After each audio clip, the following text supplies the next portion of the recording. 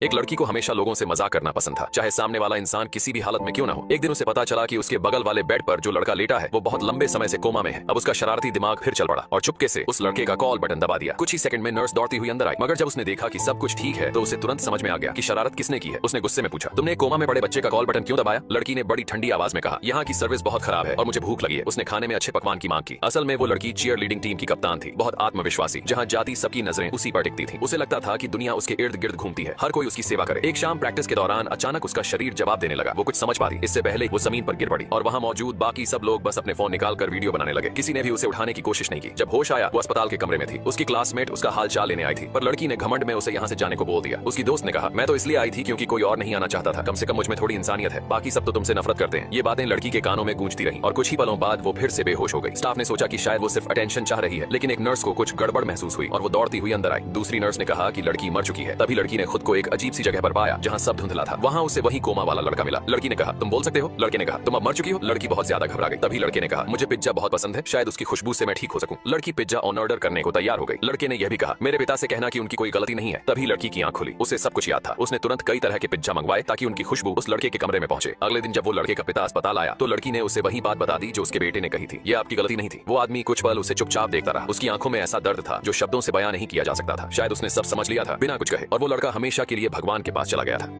मतलब अलग ही लेवल का बंदा था।